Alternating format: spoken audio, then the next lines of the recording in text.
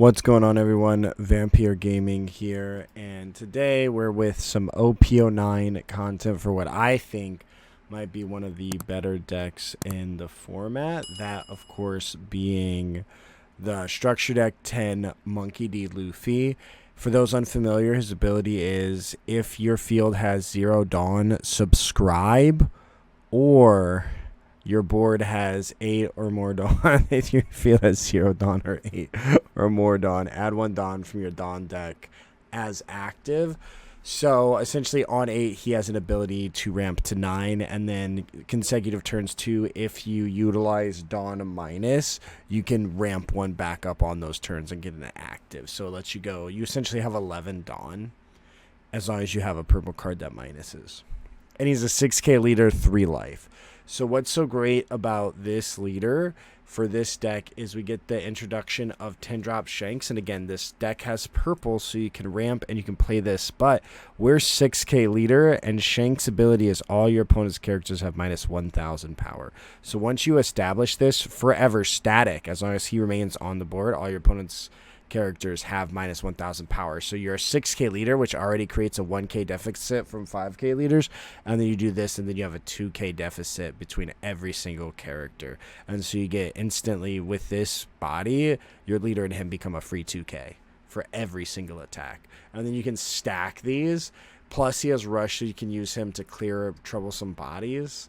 It really puts you in a very strong position. And then on top of that, you also use cards. We'll dive in, but yeah, there's just so many combos with this. So the basis of the deck is to go up in power, become very hard to hit, ramp and get as fast to 10 as possible, because the deck historically is just ramped to play big drops and then plays big drops protecting its life and then leveraging these new cards. I did opt not to play the new event, so there is a new 0 cost event, and you could very well play it. But in this build, I'm not. It is pretty good, truthfully, but I don't think it's necessarily needed. But we'll talk about that. So we've got Newgate here as the first card, best card. You hit it. If you ramp to 8, you ramp to 9, you either play this a turn early, and you become an 8k leader. They're never swinging at you. Plus, he can be used to remove Rebecca's. So this card is very good.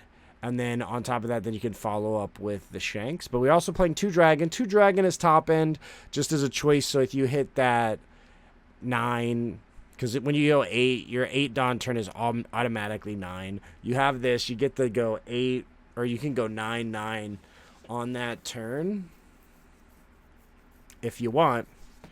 But it's just a nice big body with rush, so it allows us to apply some pressure on our opponents, which is what red does best. And you can usually play it pretty early, again, because of this ramp we play. Then, of course, 10-drop Shanks, best addition to this deck. I think he's the only 10 cost at this point. You could play the 10-drop Luffy if you really want, but I think it's more of a tempo-based deck.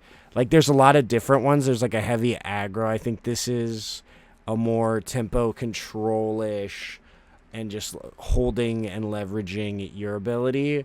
And you just play it just a little bit slower while also utilizing the best parts of red. I did have to play 3 Ben Beckman just because you can trash, so we can answer bodies like Sabos and things like that. And I think it's just a phenomenal card. It gives us a card to play on 7. Because once we go 7, obviously we're going to ramp to 9. We go 9, and then we just get to use leader ability and ramp to 10. So our 7 curve, this just kind of fills that and lets us answer cards like Sabo or any other troublesome body on the board. We also get the addition of Yasop. On play, up to one of your leaders gains plus 1,000 power until the end of your opponent's turn. So if we don't see the ramp, because obviously we want to ramp as fast as possible. If we don't, or even late game, if we see 2 of these, we can play him, boom, 8k leader. But even playing 1 of these and going 7k leader is huge, because you're 7k and everybody has to swing up. So, and then on top of that, he gets to do minus 1,000 power when he's swinging, so it helps you control the board, and also it goes really well with Beckman. Now we've got the best ramp card in the game. It's Bond Clay. Bond Clay is the best ramp card because Bond Clay for 4 can be a 9k swinger, and it also means your opponent, if they're playing a big drop next turn on their curve, they either have to have an answer for this or accept that he's smacking them for whatever that they just played for essentially free. So Bond Clay puts on a ton of pressure while also ramping you an active Dawn. And so this card is just it's very versatile, and he's going to eat an attack. A lot of any weak body, though, is going to eat an attack when you're a 6k leader. Now, I'm bringing back Hawkins. I think this card, in my opinion, is flex. Beckman also flex. Because if you want to play the 1 cost event, I think it's a 1. Yeah, it's a 1, and it's a 4k. The Hawkins, I like the trigger. If you take this life and you trigger it, you get a body, and you also just get the ramp 1. Comes in clutch very early, and it's played on 4. A lot of people like Jean Bart, and I've been seeing Jean Bart, but Jean Bart has to be played on 5. Has to be played on 5. Can't be played on the 4 curve. And you can add 1 Dawn, and you get it as active, and he's a swinging body. So he's got a decent amount going for him. I think that's also completely okay, but I think I just like Hawkins just a little bit more, but I don't think he's a 4 of at this point just because there's so many good cards we can play. And, of course, best card in the deck, Zoro Joro. You play this on 3, then you go 5, then you go 6, you go 8, and then you're at 9 because of leader ability. So it just rounds out, then you're dropping a new gate. Absolutely beast. And then, of course, you can use it again if it gets to stay. But this card is going to eat an attack, and he's going to get you up there if they don't remove it. Also, flex here. I'm not sure we necessarily need this. It is a 2K, though. These are the only 2Ks we're playing.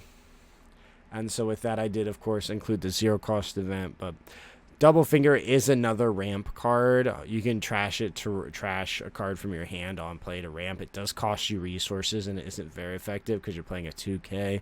And on top of that, you're getting rid of a card to ramp a rested Dawn. So very inefficient in terms of effects. But it also has a trigger that you can play, and that extra body can matter when going for game. So I think it's worth the slot. And then Sanji as well. Playing Sanji, 4 of, you can control your own minus, so you can put yourself in a position to play this and then get this value. Queen, we've got Queen. You can use this draw cycle. You usually want to play this in the later game once you've established like big bodies, and then you just play blockers to protect yourself. And so you can do things like Queen and whatnot, and then also we included the blocker law. But we've got Douglas Bullet as a 1 of. I think you could play this at 2. I think this card's really good. Johnny, that's his name, right? Yeah, -4, and then you rest 2 characters with double attack, or you rest 2 6-cost characters, and then he gains double attack. So this is really good for BY. BY is possibly going to be the best. Nah, not OP09. BY is kind of faded out because they get a 3-cost like green block rester. But yeah, this kind of, if that came up, but it also just helps you push for game. You can do a double. If you slam this, then slam like Shanks, you can use this double attack and go 10-12, like same turn. Absolutely insane. And go double attack and then just push for that game. So I think he's a nice 1 of. I think there's argument to have him at 2, but I think this card really, really goes hard in the paint, you know? And then we've got Law. I think this is one of the better cards just because this card instantly makes your opponent lose value, and because we have that red aspect to us, we can really put on the pressure. And then as soon as they think that they have economy, you're like, boom, Trafalgar Law minus. And then you can just really, really hurt them from there. Because losing 2 cards is always like, I mean, that's why Isho's so good. Now imagine if Isho cost 4. Exactly. I don't think it's worth 4 slots just because the space at this point is pretty limited. I think you could, again, flex some space here. And then we, of course, have Eustace. For Eustace all the way. You establish this. You're going up by 1k every turn that he sticks. So they need to remove this. Any deck that cannot remove this is going to be dealing with a 7k life leader minimum. And if you play this, then you hit that new gate the next turn. Then you're a 9k leader, and they're just going to have to swing into like the Eustace. And you just have all these big bodies that are just so much to deal with. And then I went with the 0 cost just because you do play a decent amount of bricks. You don't have to. This could easily be the 1 cost event. I'll show you guys the 1 cost event if you're unfamiliar. It's a 2 cost. No, it's 1 cost. This 1 cost. Yeah, you don -2, so you can use this on 10 for free. You give up to one of your leaders or characters plus 4,000. Then you draw 2 cards. So it's really good. It's really good. It creates card economy, so you should probably... The more I talk about it, the more I'm like, I should probably add it. But I think you can absolutely just cut Jet Gatling and play this because the card is a +1.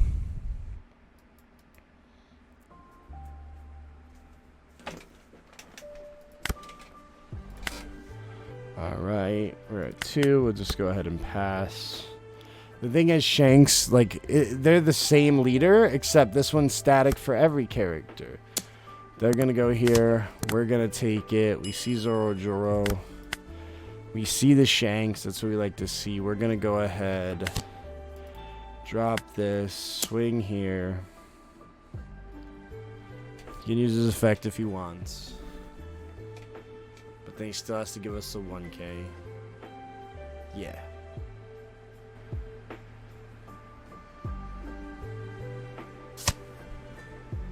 Rayleigh, what did he add?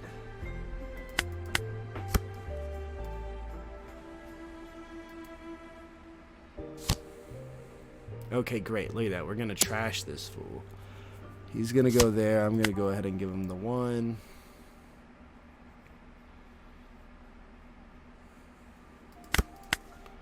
So now we're 7. We're going to go ahead. Ooh. We get to answer that. Again, just taking the pressure off us. He gets to use his leader ability.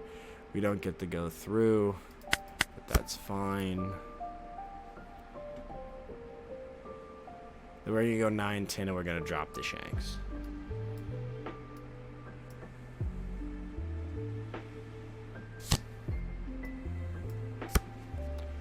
Lucky Roo. Honestly, I'm tempted to take it, but the 12 swing is kind of scary. Let's see. 8. Do I just 0 cost Dragon? I don't know.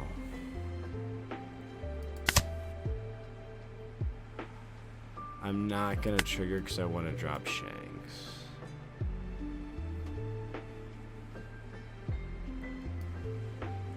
A bunch of 2Ks.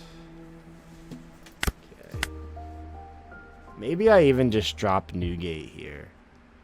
Just that way he can't swing on me. Well, I mean, if I drop Shanks, the best thing you can do is do another giant push at me and not establish any threats. Let's see. I'm going to start off with the classic 6.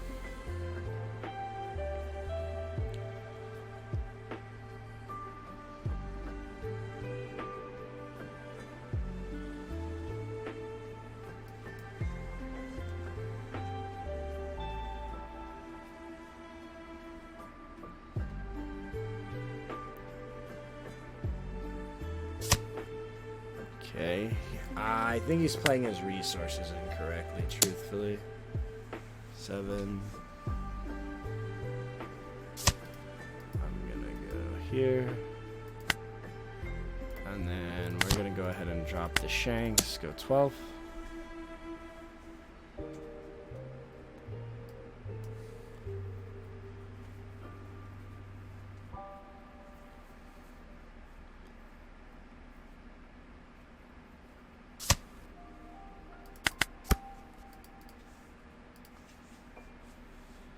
I also think going first is absolutely fine here. Just because we played the Zoro. It's just very fortunate that we saw the Hawkins. Rayleigh. Okay. That's pretty good. It's gonna... This Roo, if it wasn't original power, this would be really good. Yeah. Yeah, because he doesn't get to remove anything super threatening. And now he just swings 6 at me. I'll give him the 2K. Now we're going to play the Newgate. Oh, we got double Newgate. Oh, yeah. So this one, does this card need a Don to swing? Make him 5. I don't think I just swing with them at all. I think I just go here. 8.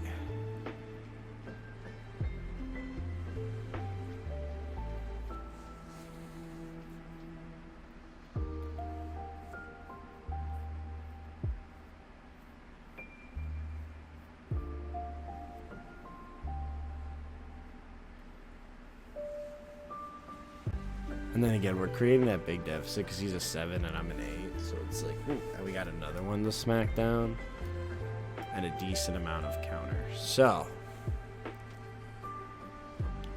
I imagine his turn is just play Shanks, which is not bad. But we're super ahead. While he has this blocker, it does make it hard for me to do any interesting. I didn't get to remove anything. Okay. He didn't use the effect, so we're gonna go 12. But it's like he has to play a blocker now, otherwise I just smash his face. Or it's 10. Because Rayleigh. You could also, this is also a complete contender to play in the deck. If you didn't want to play like Dragon.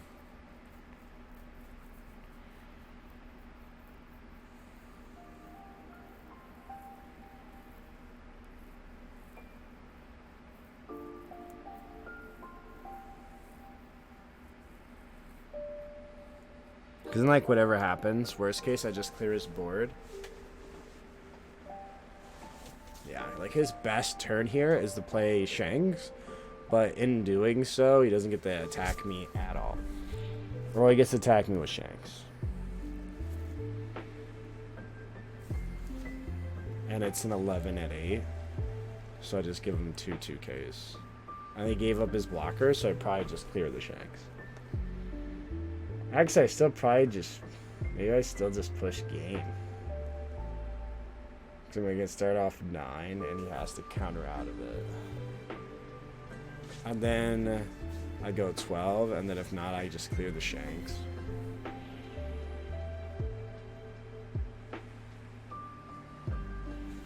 Jinx is a scary body, though. I do wish I had 12, though. And I do slightly wish that this was the one event. So... maybe this is the sign to play that event.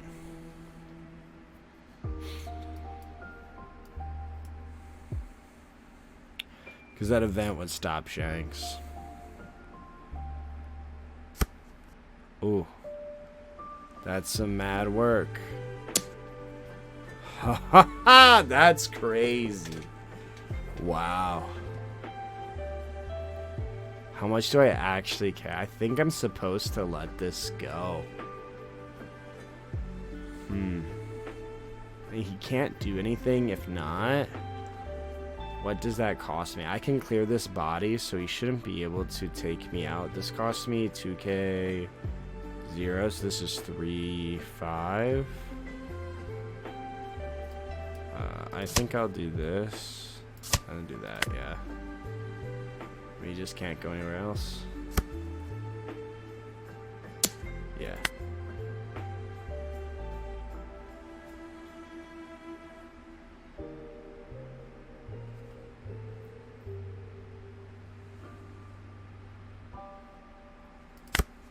Yeah, because I mean, he has to counter out of this.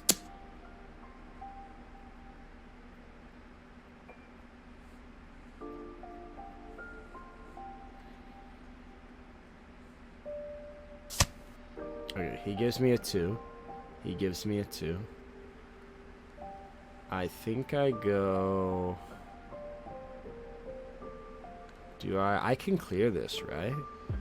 He just can't take me out with any rusher. If he goes Dragon, 8 attached 2, he goes 9 9. If he plays Dragon, I can counter out of 9 9. I think I go and play this other Shanks, and then I just clear this body. Let's see.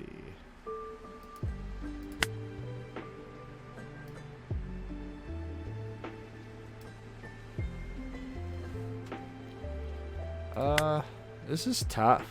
This is tough. Let's see what's in here. I feel like a part of us should just go for game, but it's do I lose if we do?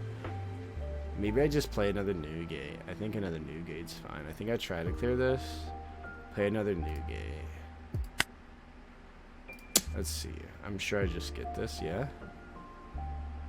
Yeah, I think I just play another new gate. I think that's just the safer play. Go 8. I could go 9 here. 9's actually more efficient, but... They don't know I don't play the 1 cost.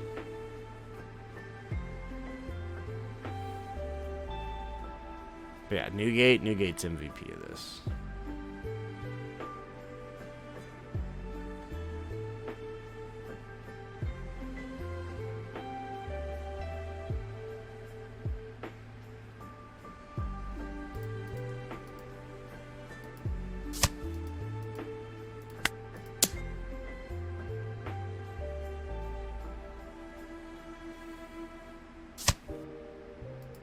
Boom. Now they have to try to go for game. They just shouldn't be able to get it. Just because I'm an 8K.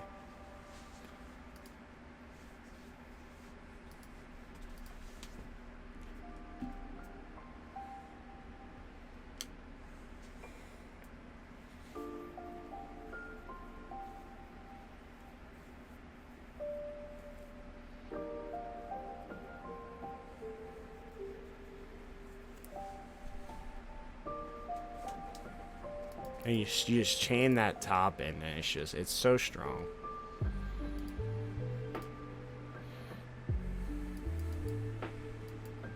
Because I think if he had Shanks, maybe he has it and he just opted not to play it, but playing Shanks was really the only, because Shanks is, it's such a big body that it's slightly hard for me to deal with. Because I can either answer it and then not establish anything. But yeah, I do think the 1 cost event probably should be here. Just because Shanks, I think that's what makes the gap on Shanks. Oh, yeah, see, but you know what we get to do? We get to swing over it because of New Gate. Oh, they're just cooked. I mean, because we go... Whoop.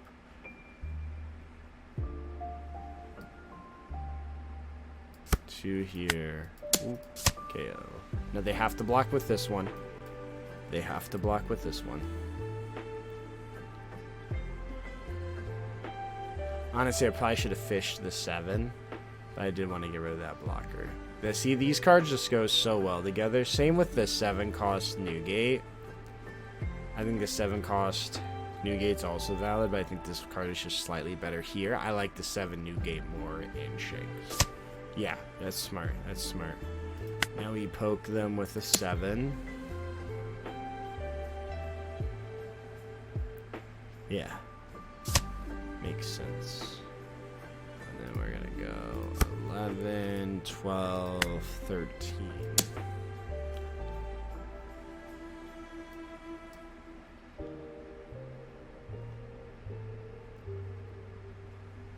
Yep.